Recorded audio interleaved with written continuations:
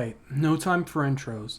FNAF Into the Pit just dropped its second trailer, and probably the stupidest thing caught my attention. Here, take a look. Did you catch that? Here, let me slow it down. Bonnie is flossing. This is an awfully weird detail when you consider that the time-traveling ball pit would have taken Oswald back to 1985, as this image and the books suggest. And flossing wasn't invented until August of 2016. So what's so significant to this cringe-ass dance being thrown into the game? Well, let me take you back to my years in theater.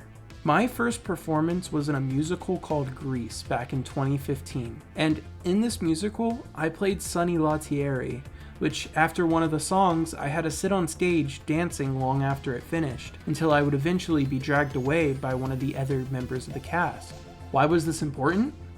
Well, as some of you might remember, there was a popular dance move in 2015 called the dab. Something I was specifically told not to do in my empty time on the stage. Why do I remember this so vividly? Well, come our opening night, we get to the part of me sitting on stage, and me, awkwardly spacing on things to do, resorts to dabbing on stage. Embarrassing, I know. But what was supposed to be the important reason for me not doing this on stage? Well, it was to not break the immersion of the show. Grease is a musical that takes place back in the 50s, when the dab hadn't been invented yet.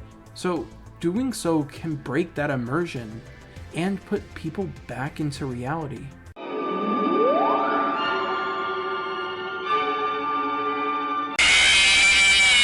So why is FNAF doing this?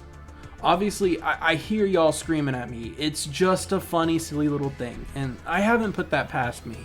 But Scott knows his community, and what's a more Scott thing to do than shatter our time travel expectations through Bonnie flossing? What do I mean by that? But before that, let me tell you about my channel's first giveaway real quick. I'm currently getting ready to gift 3 people a $20 gift card, and all you have to do to win one is by joining my Discord server in the link below, which when I hit 4,000 hours on my channel, I'll be drawing for the winners. And seeing that we only have 1,426 hours to go, I'd make sure to join while you still can. And with that, let's get back into the video. So what do I mean when I say Scott is shattering our time travel expectations? Well, in the actual Into the Pit story in the Fazbear Fright series, Oswald speculates that the ball pit makes him time travel. And we all take that at face value, as even the calendars we see all say that we are in 1985. However, I believe that Oswald could be an unreliable narrator, not knowing the true horrors of this ball pit. In the book, we get hints as to not knowing the full story of the ball pit, as in one of the final nights of Oswald going into the pit, we see Oswald in distress about mooching off his friends from the past, suddenly reaching into his pocket where he finds Fazbear tokens he never had before fill up his pockets. Now, correct me if I'm wrong, but I don't recall a time travel story ever filling the pockets of the traveler with time-accurate currency. And what's weirder about this is that once it happens, it's never mentioned again. It is just a plot point that exists, contained by the moment it happened. Now, getting back to the trailers, there is a lot that we see that doesn't make sense in the timeline of FNAF. Like Bounce Pot from FNAF World, Exotic Butters and Baby from Sister Location, this poster that kinda looks like Toy Bonnie, these arcade cabinets that seem to have Helpy as well as one of the Jacko animatronics, and what almost seems to be a jumbled up Fruity Maze and Midnight Motorist, and this Bonnie figure at the start of the trailer that, even though could just be a pit trap outline, reminds me of Shadow Bonnie, that when you take the glitches frame by frame shows a brief image of a purple rabbit, with the flip side being one that's green. So what importance could these glorified Easter eggs possibly hold to the greater narrative of Into the Pit? Well, it is in the book series where Scott introduces us to some new rules to the FNAF universe. that even the mention of can send even some of the most hardcore fans into a coma. These concepts being remnant, agony, and memory, with the most important being memory and agony in this case. Memory is a concept we see played with a lot. In Happiest Day, Carlton in the Fourth Closet, Jake helping the souls in the pit at the end of Frights, and even the drawings at the end of the FNAF movie.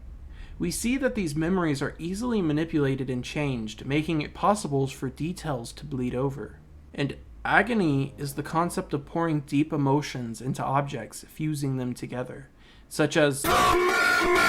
However, we also see instances of agony creating life, such as Eleanor, or what I speculate to be the shadow animatronics. And finally, recall the ending of The Man in Room 1280, where an undying William Afton is brought back to the pizzeria, where upon arriving spews a black substance over everything as he finally dies.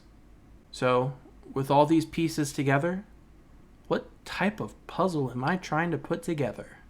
I believe that time travel is not an actual concept in the FNAF universe. I believe it to be the veil covering up the true nature of this ball pit. I believe that this pit is soaked in the memories and agony of the missing children's incident, as well as a piece of Afton. And with each time Oswald enters the pit, he lives through these corrupted memories of the pizza place that used to be. Corrupted as the events are out of order, seeing different aspects of the FNAF history create this amalgamation of different characters and concepts that didn't exist at that point, but feed into the memories of Freddy's as a whole. But as in the story of Into the Pit, always lurking was a yellow rabbit in the background, unsettling Oswald, feeding this creature. Until one day, he enters the pit to hear people screaming and running away, until the yellow rabbit beckons him into the back room, showing Oswald the unthinkable, Afton's art. In such distress, Oswald feeds enough agony into Pit Trap that he finally has enough to become real, taking the place of Oswald's father, until Oswald, mustering up the courage, saves his father, leaving Pit Trap hanging by the end. Now, obviously, this is just a theory about a game that hasn't even released yet, about a book I had only read a couple hours before the making of this script. So I could possibly not be right, and maybe this is just time travel, and maybe the out-of-place characters are just Easter eggs. As much as I'd like to be right, I'm always ready to be proven wrong. This is just a theory I thought was pretty solid and would be fun to share with all of you. But obviously, I'd like to hear what all of you think about it. Did you find it compelling? Or are you excited about this new FNAF game as I am? I am not scientifically possible! I'd love to hear in the comments below. And while you're down there, I'd really enjoy if you take the time to subscribe to the channel. I'm a newer YouTuber and still have so much more content to give, so I'd love if you join me for the journey. But with all that said, this is the end of the video. I'd like to thank you all who made it this far, as it really does help me. And I can't wait to see you all next time.